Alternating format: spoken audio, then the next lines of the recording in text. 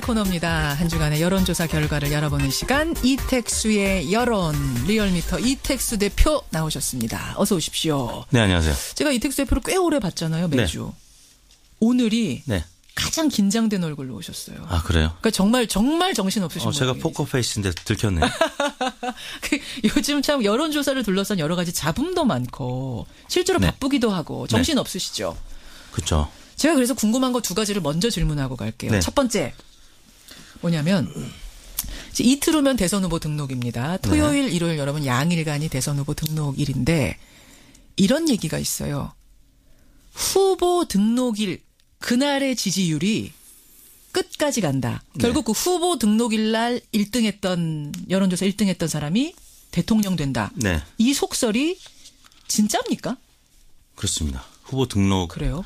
기준에서 선두를 달리고 있던 후보들이 지금까지 최근에 15, 16, 17, 18대 대선 때 모두 당선이 됐습니다. 아니 근데 지지율 여론조사가 여러 군데서 하고 있잖아요. 거기서 막 다를 수도 있잖아요. 어디선 누가 1등 어디선 누가. 지난 18대 대선까지는 크게 다르지 않았습니다. 가령 18대 대선 박근혜 문재인 대부분 박근혜 후보가 앞서고 있었고요. 격차가 대략 2, 3%포인트 차이로 박근혜 후보가 앞서고 있었고 그 전 선거 17대 대선에는 이명박 후보가 워낙 크게 앞서가고 있었기 때문에 뭐 이때는 논외로 하고요. 16대 대선 노무현 이회창 당시에 48.9 대 46.6 박빙의 차이로 노무현 대통령이 당선이 됐지만 여론조사 결과도 대략 한 5% 안팎 노무현 후보가 앞서고 있었고요. 그전에 김대중 이회창 40.3 대 38.7 박빙의 승부로 갈렸지만 여론조사도 대략 4% 안팎에서 김대중 후보가 앞서가고 있었습니다. 실제로 그 속설이 그러니까 경험치가 있는 거군요. 근거한 거군요. 저희가 지난 총선 때였나요? 한번 조사를 했는데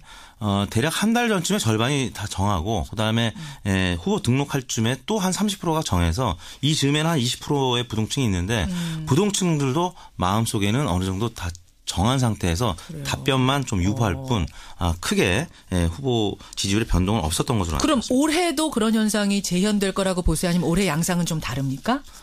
올해 워낙 압축적으로 지금 경선이 진행이 됐고 대선이 진행되고 있다 보니까 이례적인 대선이잖아요. 전례가 없는 경선이기 때문에 많은 전문가들이 이번에는 좀 다를 수 있다 이렇게 보는 것이죠. 그렇군요. 이번에는 다를 수 있다. 또 한 가지 궁금증. 참 여론조사를 둘러싸고 요즘 여러 가지 말들이 많이 나옵니다. 최근에 가장 문제가 되고 있는 건 KBS 연합뉴스가 함께 코리아 리서치에 의뢰해서 한 여론조사. 이게 뭐가 문제였던 거예요? 제가 이제 여론조사 기관 같이 종사하는 입장에서 좀 조심스러운데요. 일단 팩트만 말씀드리겠습니다.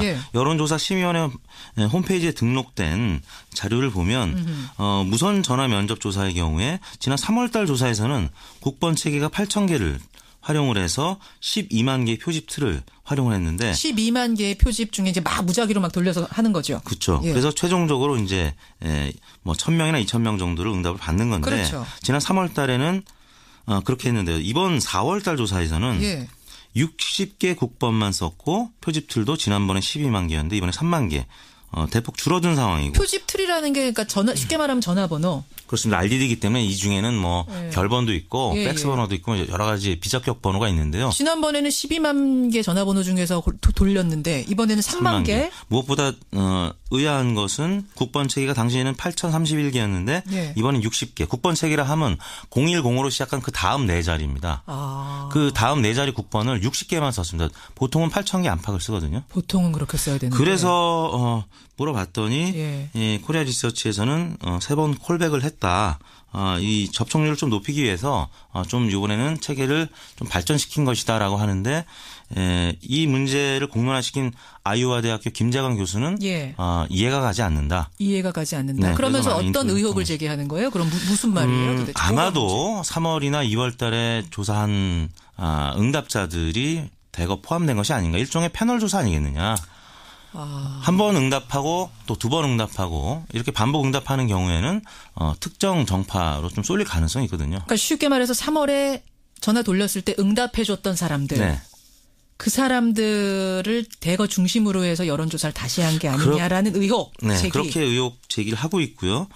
결국 급한 그 여론조사 일정 때문에 좀 편리한 방법을 쓰다 보니까 편리한 방법. 8,000개 국번이 60개로 확 줄었기 때문에 이거는 일반 RDD가 아니라 이른바 집락 표집, 군집 표집이라고 하는데요. 특정 소규모 표집을 해서 좀 대표성이 떨어지는 것 아니냐. 그래서 여론조사 심의위원회가 지금 조사를 하고 있습니다. 조사 중이랍니다. 이거 이제 지켜보도록 하고 이것과는 이제 전혀 다른 얘기인데 CBS와 리얼미터가 함께한 여론조사에서도 지적받은 게 하나 있는데 1,000명 조사해야 되는데 500명만 조사했다. 이거는 뭔지 설명 좀 해주세요. 전국적인 대선 여론조사는 최소 표본이 1,000명 이상이어야 하고요. 또 광역 단위의 지방자치단체장 조사는 가령 대구, 경북, 부산, 경남 이렇게 나눠서 할 경우에는 800명 이상을 해야 되는데 그러니까 마지막 응답자를 말하는 거죠. 근데 이제 문제는 선거 조사일 때 그렇고요. 일반 기업 조사, 다른 정책 조사 이거는 전혀 무관하게 500명을 해도 되고 800명을 해도 되는데요. 자유죠. 지난번에 CBS 리얼미터 공동조사 3월 15일에 있었던 기억나실 겁니다. 어떤 질문이었냐면 이번 대선에서 이것만 해결하면 한 표를 주겠다. 이것만 해결하면 여러분 한 표 주겠습니다. 저 기억나요. 하나만 선택해 주십시오. 당시 결과는 적폐청산 35%, 민생 경제회복 35% 동률이 나왔었어요. 근데 그게 뭐가 문제예요? 이게 선거조사라는 것입니다. 이건 정책조사거든요. 우리는 이제 정책조사라고 생각을 해서 이건 지지율 조사 아니니까. 1,000명을 안 했고 열심히 등록을 안 했는데. 그게 문제가 된 거죠. 저희 입장은 그렇습니다. 2월 8일 날 올해 2월 8일 개정된 공직선거법 8조를 보면 후보자의 성명이나 정당의 명칭을 나타내지 아니하고 정책 공약 개발을 위하여 실시하는 여론조사는 선거 여론조사로 보지 않는다. 올해 2월 8일 개정이 된 겁니다. 맞아요. 그래서 이 법에 따라서 저희가 선거 여론조사 보지 않고 신고를 안 했는데 사실 경고 정도만 줘도 되거든요. 근데 과태료를 어마어마하게 내렸습니다.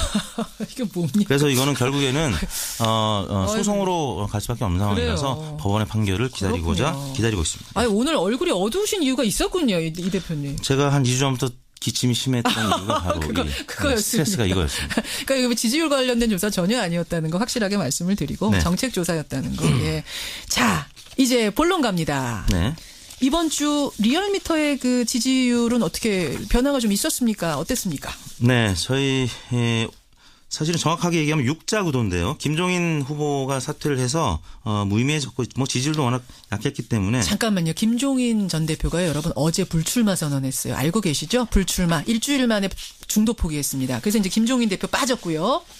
그래서 나머지 이제 오자 원내 후보들을 보면 문재인 후보 44.8, 안철수 후보 36.5, 홍준표 후보 8.1. 심상정 후보 2.8, 유승민 후보 1.7%로 나타났습니다. 문재인 44.8, 안철수 36.5, 홍준표 8.1, 심상정 2.8, 유승민 1.7.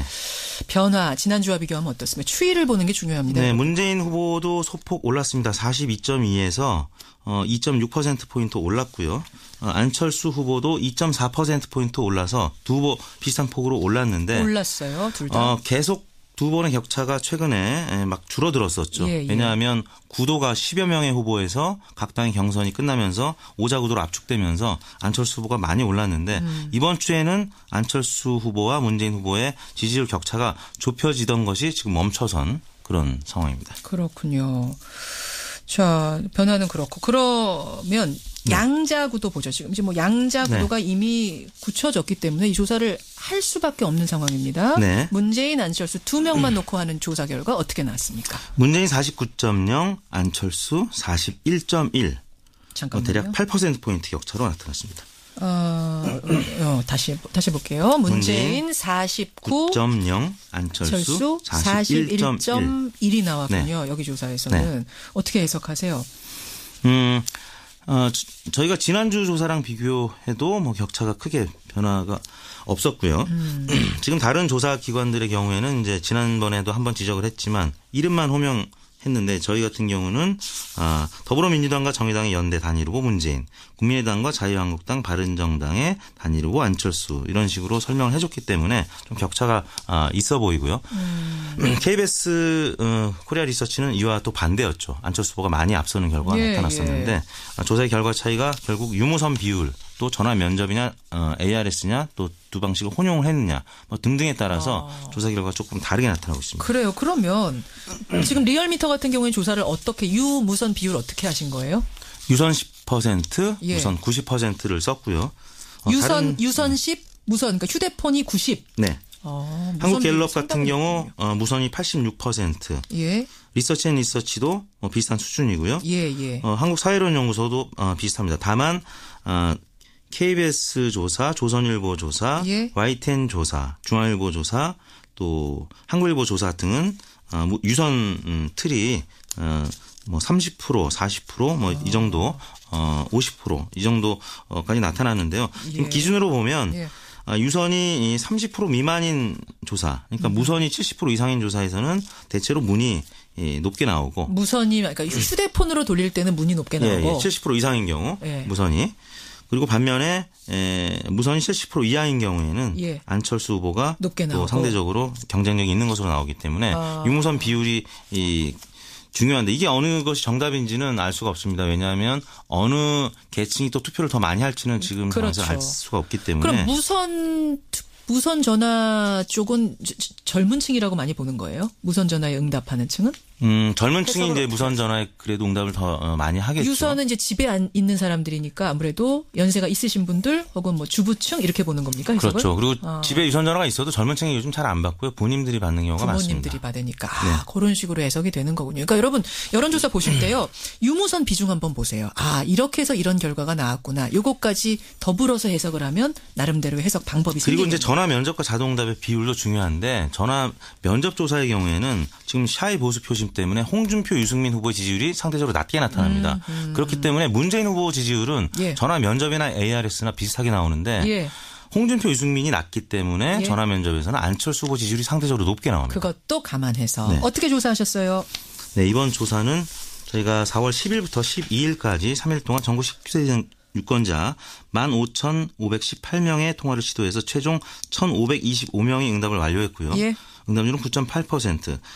무선 전화 면접 대략 20%였고요. 나머지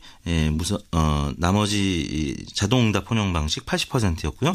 무선 90%, 유선 10% 비율이었고 응답률은 표본 오차는 95% 신뢰 준에서 플러스 마이너스 2.5% 포인트였습니다. 김용진님 청취자.